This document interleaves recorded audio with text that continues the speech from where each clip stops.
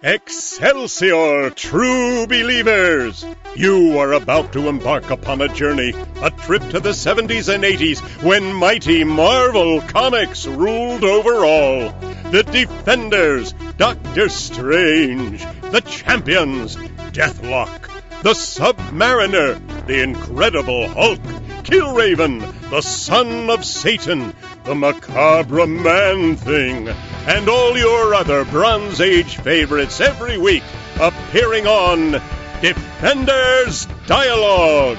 Now here are your guides, Christopher Golden and Brian Keene. Excelsior, true believers.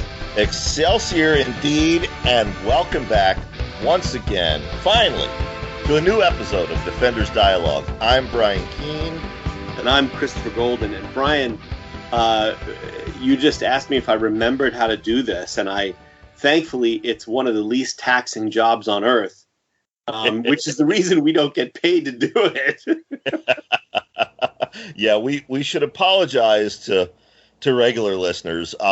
We know it's been more than a few weeks, and like Chris said, a reminder, this is not our day job. This is something we do because we love the medium. We love talking about these things, and it's an excuse for the two of us to hang out with each other once a week. Unfortunately, over the last month, we've both been super busy, so we're getting back around to it. I note that happens in the summertime for us. I think in the past we've taken a sort of an unofficial season break. Yes. In the summer, because this invariably happens when we get to summer. It is an interesting time, but I am thrilled, Brian, to be back here with you today. I am too. And there's something I've wanted to talk to you about before we get to Marvel Team Up 5 and Marvel 2-in-1-5. Occasionally we cover developments in the MCU on this show, but mostly we focus on Bronze Age comics. But there are two Defenders-related MCU things I want to talk to you about. First of all, did you see the announcement that Namor is going to be in Black Panther 2? Yes, and I'm not surprised. I think that was something that was a long time coming. They've been sort of quietly setting that up in the background for a while in the MCU. I'm thrilled. Obviously, and all I could say is I hope he's an asshole, because if he's not an asshole, he's not Namor. Exactly. That's exactly it. Yeah. I'm excited because at this point, all they have to do is bring in Nighthawk, and we could legitimately have classic Defenders lineup MCU. We've got Valkyrie, we've got Doctor Strange, we've got Namor now, we've got Hulk. Technically, we're missing Silver Surfer, but, he wasn't in the Defenders that much anyway. Right, and he won't be far behind. No, he won't be. And although you try to block it out, we also have Hellcat. We have Hellcat. I don't consider her classic lineup. I mean, yes, she's a huge part of Defenders, but like Gargoyle and, my favorite, Devil Slayer, and all the others, Son of Satan, she came along later. Yeah. I'm talking about that OG lineup. Yeah. The other thing I wanted to point out to you, and this is Defenders related, and it's not a spoiler, folks, so you don't have to skip ahead. Have you started watching Loki yet? Yes, we are up to date with Loki. Okay, so first episode, we're dealing with the Time Variance Authority. We're dealing with the Tribunal. We've seen them, of course, in the pages of the Defenders. Yeah. And we know that some of their agents were, in fact, the elves with a gun. Yeah. We thought during Steve Gerber's run there was only one elf with a gun. Of course, our dear friend J.M. DeMatteis shows us there are multiple elves with guns working for them. I will argue that the elf with a gun was in that pilot episode of Loki. I must have blinked and missed it because I did not see it. You see all the different time agents, all the different people working for the bureaucracy, and one of them is a person of short stature. And I'm phrasing it that way. Are you sure it wasn't Rio Ewers? It was not Rio Ewers. Tom Smigoski. It was not Snagowski. It was not Rio. It was not any of our short friends. I say person of shorter stature because I am a 53-year-old man and I'm not sure what the correct term is these days. Right. And I also don't know if this person suffered from dwarfism or was, what the medical establishment would call a midget. But regardless, the actor was of short stature. And he was very surly and sarcastic with Loki. And I'm telling you right now, that's an Easter egg for my old ass. Elf with a gun in the MCU. I will fight anyone who argues with me. Brian Keene will, in fact, die on this hill. I will die on this hill. Well, listen, I hope that they show him in the outfit. That's all I want to say. That's what I want to see, too. Yeah. So, all right. Well, let's get on to today's show. We're going to start, folks, with Marvel Team-Up number 5, Spider-Man and the Vision. Yeah, written by Jerry Conway, with art by Gil Kane, inks by Mike Esposito. And, the thing is, you can't get much more classic. These Marvel Team-Up issues are, sort of give and take. You know what I mean? Right. There's one coming up that we'll discuss in our next episode that I think is absolute trash. It's a total waste throwaway issue. But this one I loved. I loved it for so many reasons. First of all, the Vision has always been one of my favorite characters. And I love the idea that we're at this place where Spider-Man is still a menace and still the other heroes in the Marvel Universe are unsure of Spider-Man. And a lot of times here, they're meeting each other for the very first time, Right. Right. Or at least they don't remember meeting the last time. But it is this thing where, as far as the Avengers are concerned at this point, future Avenger, Spider-Man, is a question mark. Right. He's not official. And it is the era, the classic era where the adults, looked with concern and curiosity on the youth of the day. And that is the dynamic that is set up between the quote-unquote adult heroes and the young Spider-Man. Exactly. So, yeah, we open with Spider-Man doing what he does best, web-slinging across the city. And he sees a man weaving and stumbling, and the man falls over, and Spider-Man rushes down, and when he takes the man's hat and trench coat off, lo and behold, it is the Vision. But there's something wrong with him. Yeah, the Vision is halfway phased into the sidewalk, and he looks up in his halfway phased state. And I love this art from Gil Kane. Oh, yeah. And says, Spider-Man, help me. Something twists inside my mind. He manages to extricate himself from the sidewalk, and he's leaning on Spider-Man and passes out. And Spider-Man thinks, Web Slinger, looks like you've got yourself a bona fide mystery on your hands. And this is one of my favorite parts of the issue. He brings the Vision back to the apartment he shares with Harry Osborn, who manages to sleep through him bringing the Vision into the apartment, which I love. Harry definitely takes like sleep aids or something here. Yeah. So when the Vision wakes up, he informs Spider-Man that even though he is an android, even though he is an artificial human being, he is having epileptic seizures, and he doesn't know why. All he knows is that, they come and go without warning. Then, as he goes into another one, we transition to a villain who we've featured on this show before, so we're not going to recap his origin. It is the Puppet Master, of course, from the Fantastic Four Rogues Gallery. Mm-hmm. And I thought this was sort of the slowest part, so if you don't care, I'm just going to sum it up. Yeah, let me just interrupt and say we will see the Puppet Master again very soon on this show. But go ahead. Absolutely. Yeah, he a couple months before this issue was Marvel's classic Avengers saga, the Kree-Skrull War. Okay? So we get a flashback to the Kree-Skrull War, and a UFO splashes down in the lake next to the cabin where the puppet master's hiding out.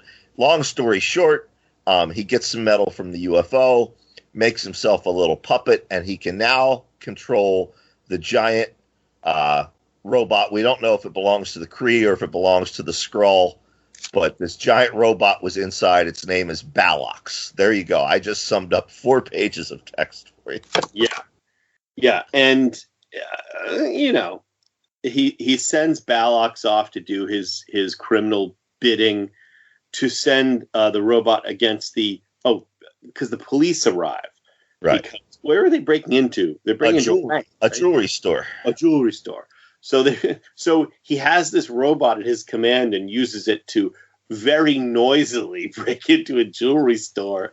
Surely there must be better uses for this robot. Surely there must be places he could have taken this robot that wouldn't have drawn the immediate attention of the police. But nevertheless, the puppet master, a.k.a. Philip Masters, the stepfather of Alicia Masters, the blind girlfriend and later wife of Ben Grimm of the Fantastic Four, the puppet master uses the robot to smash into the jewelry store. The police respond immediately. He sends the robot out to trash the police. And then we cut back to Spider-Man and the Vision in the living room at the apartment that Peter Parker shares with Harry Osborn. I'm going to harp on this, Brian. Just casually having a conversation. And all I could think is, Harry does wake up, but all I could think is like imagine if you woke up in the middle of the night and you went out into your living room and the Vision and Spider-Man were just hanging out there. I propose this is the true reason why Harry becomes the Green Goblin very, very soon in Marvel Comics time. Yeah. So, yeah, Spidey and the Vision go swinging off, and they go to a hospital where Spider-Man can just happen to take over some of the equipment in the hospital unchallenged. Apparently, they're the only ones there. Mm-hmm. And he uses his major in physics at college to scan the Vision and finds out that Vision has 2 sets of brainwaves.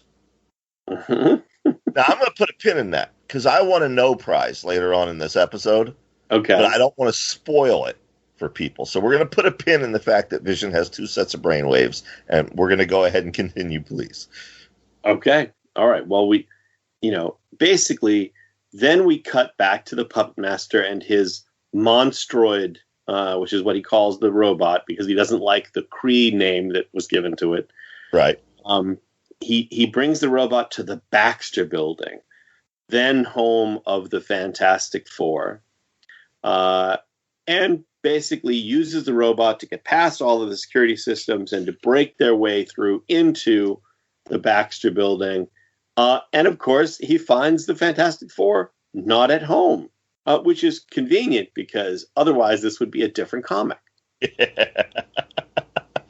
Then Spider-Man and Vision also arrive at the Baxter Building because Spider-Man has decided that he can't figure it out.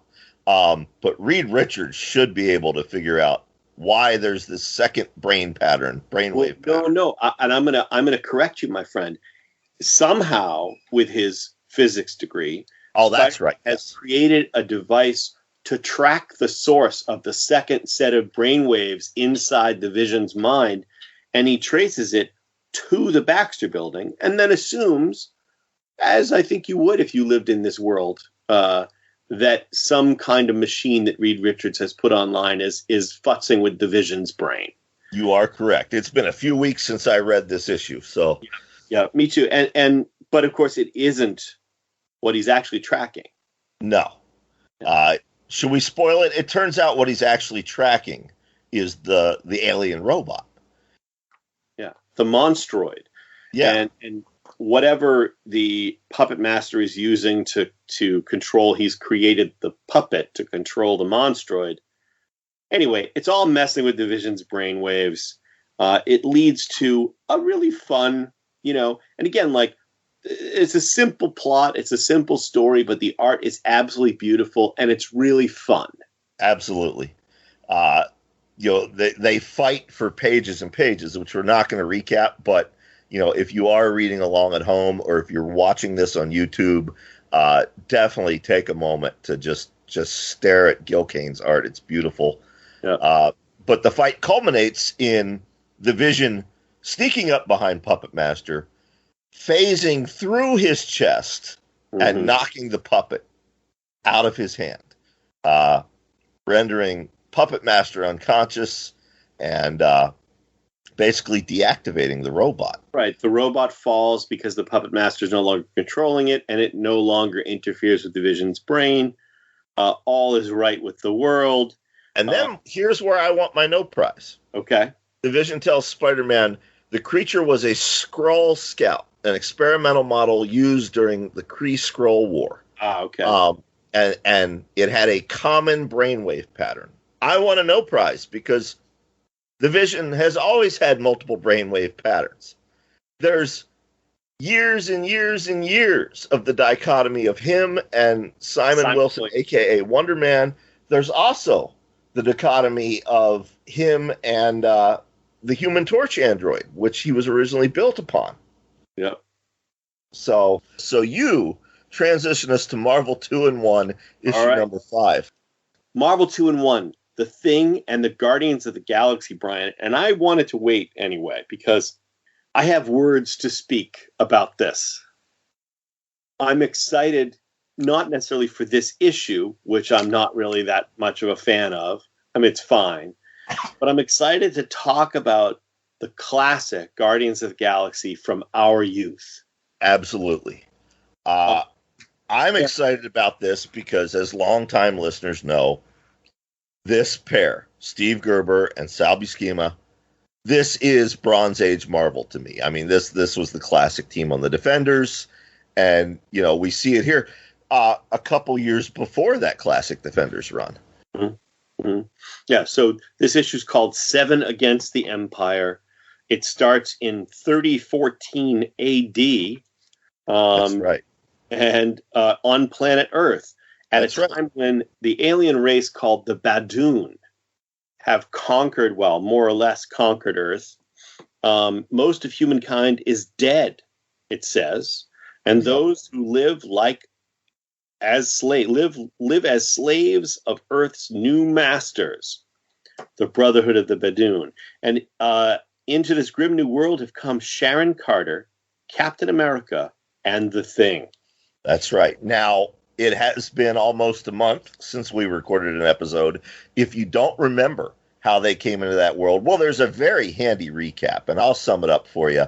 You may remember that there was a woman from the future, and her name was, hang on, I'm trying to remember, I'm trying to find it, Taryn, right.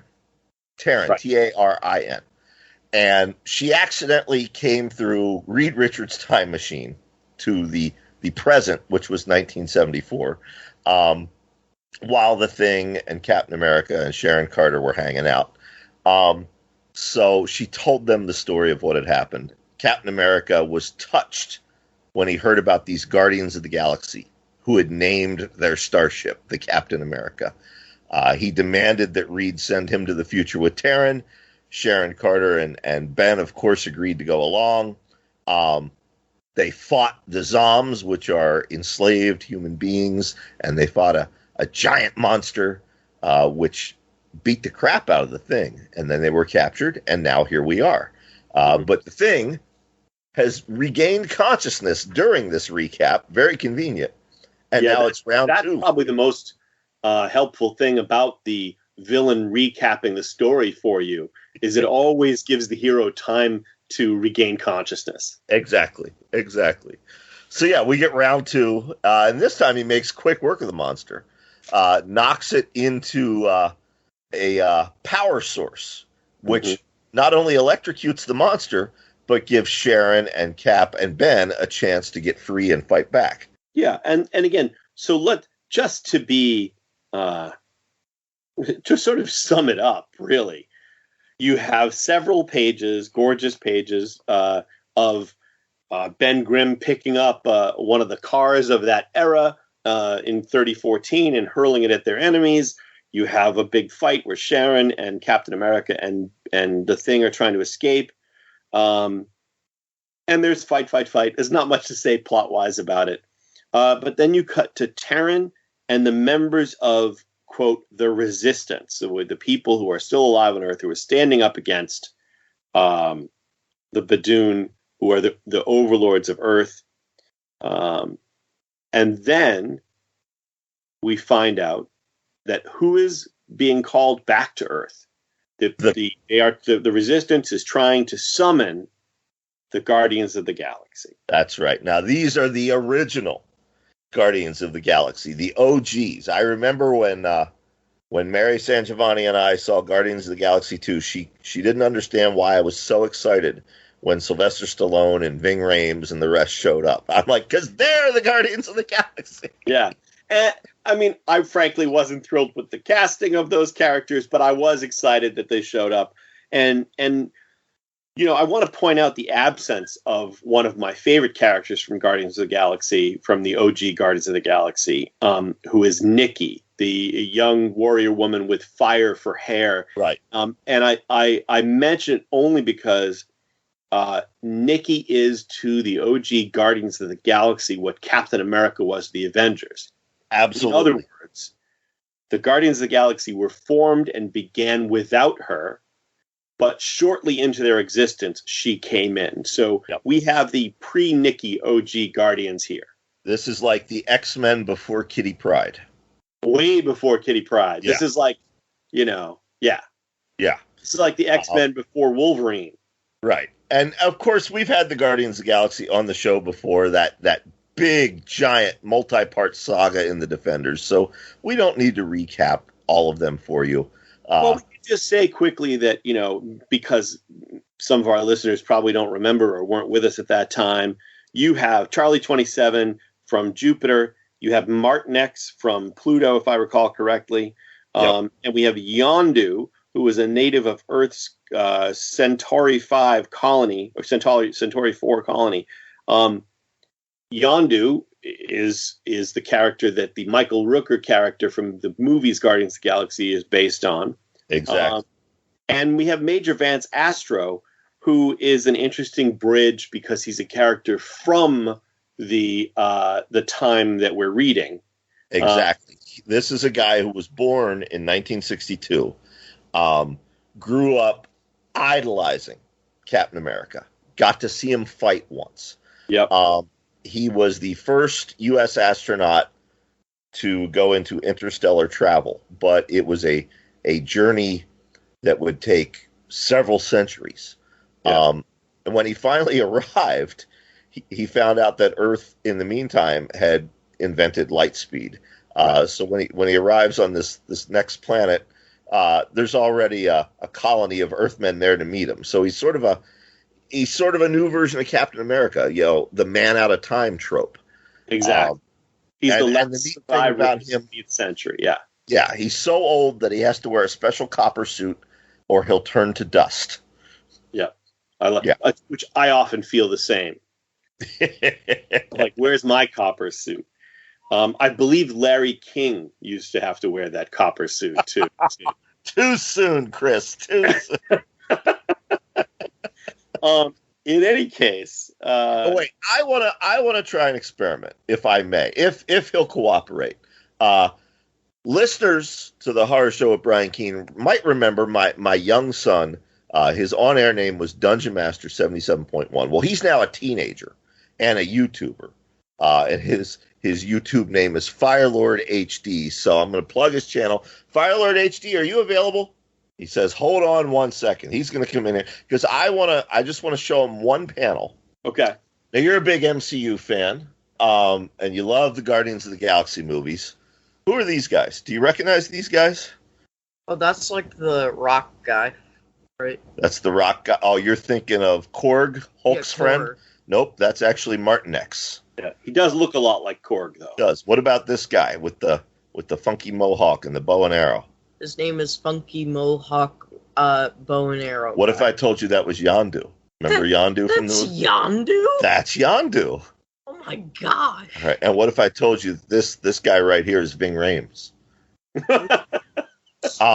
Remember at the end of Guardians of the Galaxy 2 when they brought in all the old actors and I got very excited? Yeah. This was that guy. Nice. All right. Anyway, you have proved my point. Thank you. Yeah. But these are, Chris, to us, the Guardians of the Galaxy. Yes. Yeah. I was waiting for him to ask me where Rocket Raccoon was, but he did not. Well, and we do so again, we have this scene where the Guardians are being contacted by the Resistance on Earth. The Guardians are in deep space. But on screen, Vance Astro sees the battle going on between the Badoon and these visitors from the past, including his hero, Captain America. This is like, I'm trying to think of a good example of what this would be. I mean, this is, I don't know. It would be like, I don't know, who would be your hero that would be like that, Brian? My brain is not working. This would be if somebody sent me a video of Joe Lansdale, Richard Lehman, Jack Ketchum, and David Scow whooping ass on some people who desperately deserved it at a convention on the other side of the country, and I ran out and hopped in the car and drove at light speed to get there and help. Yep, there you go. How's that? That's good enough. That's good enough. But yes, I mean, it's like if all of a sudden you were able to get Jack Kirby to come on this show as a guest. That's it. That's the analogy you're looking for. Yes. Yes. Yes. So this is his hero, and who he hasn't dealt with in 1,000 years or more. Right. 1400s, whatever it is. And here you go. That's right. Well, let's hope they get there in time, because the Thing and Sharon Carter and Captain America are being hunted throughout the city. They're surrounded by a platoon of Badoon. What I love about this, we haven't mentioned it yet, throughout the entire issue, Ben refuses to call them by their right name. He keeps calling them baboons. Yeah, but right as it looks like they may be overwhelmed, an arrow comes flying out of the air and kills a Badoon, and the Guardians of the Galaxy spring into action. And they make short work, along with Sharon Carter and Cap and Ben, of the Badoon. And I love that big flap panel when Ben is smashing two Badoon skulls together. Yep.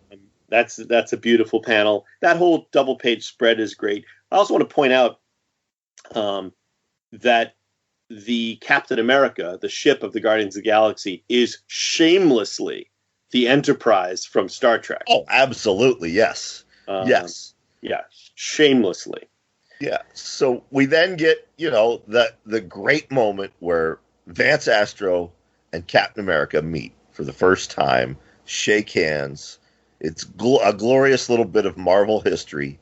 And then Terran shows up with the members of the Resistance. Yep. And finally, Chris, it's clobbering time. As if there wasn't some clobbering already.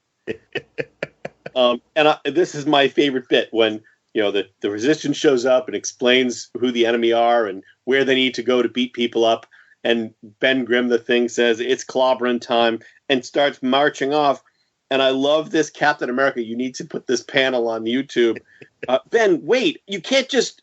Oh, what's the use? And so it's like in this panel, Captain America is Mary Sangiovanni and Ben Grimm is Brian Keene on Twitter. No question. No question. Oh, what's the use? So they quickly storm the palace. Ben is surprised to see that his old friend, the big giant monster, is still alive, and he beats it for the final time with the best sound effect of the issue, thwammo. And we should mention that Charlie 27 helps him. Do what? Yeah. It's a double punch. That's why. Yeah, it's a double punch. That's the thwammo. Yep. We get some gorgeous Sal Buscema artwork here as they battle, fight. And finally, they capture the Emperor of the Badoon. And, Captain America tells him, Man won't settle for a fleeting taste of liberty. We're not made that way. The need to be free is in our blood. Your empire will fall because it must. This is the prototype for the speech in Independence Day. Yes. But I prefer always I will prefer a speech by the Thing to a speech by Captain America. What is the Thing speech? Because what does the it say Thing here? grabs Drang, the commander of the Badoon, and says, "What does it take to show you we mean business, Drang? We know we got a long, hard fight ahead, but your baboon brotherhood is poofed. Dig? Your baboon brotherhood is poofed." And so the Thing and Cap and Sharon Carter are transported back to their time, back into legend again. Of course, if you're a longtime listener or you've read Gerber and Buscema's run on the Defenders, you know that this victory was short-lived. The baboon, now I'm calling them the baboon. The Badoon took over Earth again very quickly, and it was up to our misfit heroes, the Defenders and the Guardians of the Galaxy, to win once and for all. Right. You know, I feel like in these stories, the Guardians of the Galaxy, I don't think that I think your sons are on either side of Dora the Explorer. Yes. I assume that that Firelord never watched Dora the Explorer. He never watched it, and his older brother never watched it. But you're familiar with it. I am, yes. And I remember we were sitting around with my kids and my family watching Dora at one point, and I turned to Connie and I said, "This kid can't do anything by herself." She's always like, "Can you help me get out this? Can you?" And of course, that's the how you're teaching the kids who are watching the show. But I was just cracking a joke. But I'm thinking about the Guardians of the Galaxy. They're basically Dora the Explorer. Yes. First they need the Avengers, then they need the Thing, then they need Captain America, then they need the Defenders. You know. All right. Speaking of the Defenders, we will not be covering Marvel 2-in-1 issues 6 and 7 because we covered them already on this show while we were covering the Defenders, because they feature team-ups with Doctor Strange and Valkyrie. Right. During the Defenders era. That was covered during that. Instead, in our next episode, we're going to do 2 team-ups in a row, Marvel team-ups issues 6 and 7. One of which I loved, Brian, and one of which you will discover I thought was an absolute waste of my time. So it'll be a fun conversation. All right. Well, until then, folks, once again, a plug for our engineer, Matt Wilderson, his new anthology and a new novel, both on sale right now. Go to Amazon, type Matt Wilderson in the search bar. They'll pop up. And a special thank you to our guest cameo from Firelord HD. If you type that in YouTube, all lowercase, you can find his channel. He does gaming. He does some autobiographical stuff. He does prank videos. He does all kinds of things on there. Often in conjunction with the son of another writer, Summer Cannon, her son, who also has a YouTube channel. So they're cross-promoting each other, which I guess they learned from their parents. I don't know. Also subscribe to Brian Keene on YouTube. Oh, now he's in here plugging my channel. He says subscribe.